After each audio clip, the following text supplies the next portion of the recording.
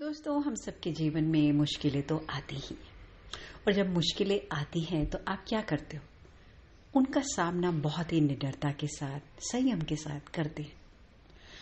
कई बार जब आप अच्छे से सब चीजों को हैंडल कर लेते हैं तो लोग जो आपके आसपास हैं या जो बाहर के लोग हैं, उन्हें ये लगता है कि इसने कैसे अपनी सारी मुश्किलों से अपने आप को संभाल लिया, निकाल लिया और कैसे सब कुछ अच्छे से कर पाया, तो उन्हें अच्छा नहीं लगता।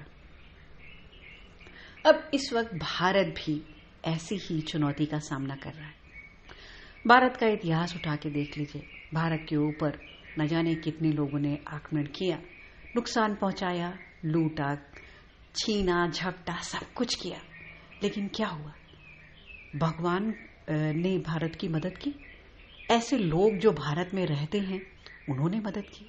ऐसे लोग जो चाहते हैं कि भारत कभी भी हारे नहीं, वो लोग।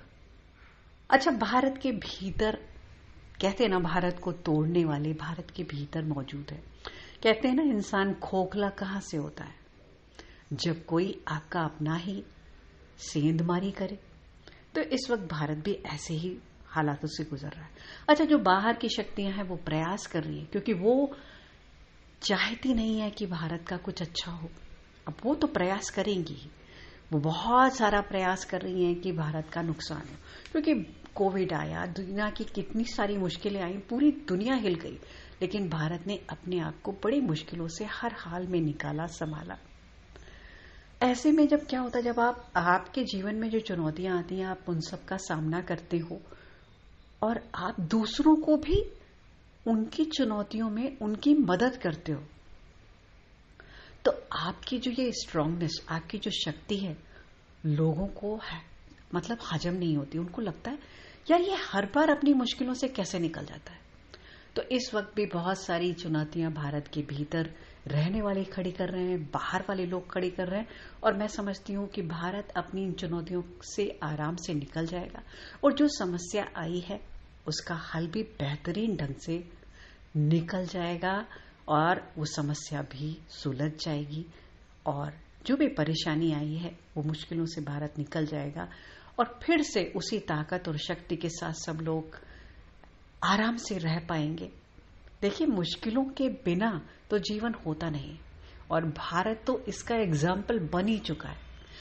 आपको क्या लगता है कि भारत के भीतर जो बैठे हुए लोग हैं, जो कुछ भी प्रयास कर रहे हैं, वो सफल होंगे? मेरे ख्याल से जब आपकी नीयत गलत होती है और आपकी सोच गलत होती है तो भगवान आपका साथ नहीं देता। लेकिन अगर आपकी सोच सही है और आप सही दिशा में आगे बढ़ रहे हैं तो आपको भगवान का सहयोग जरूर मिलता है।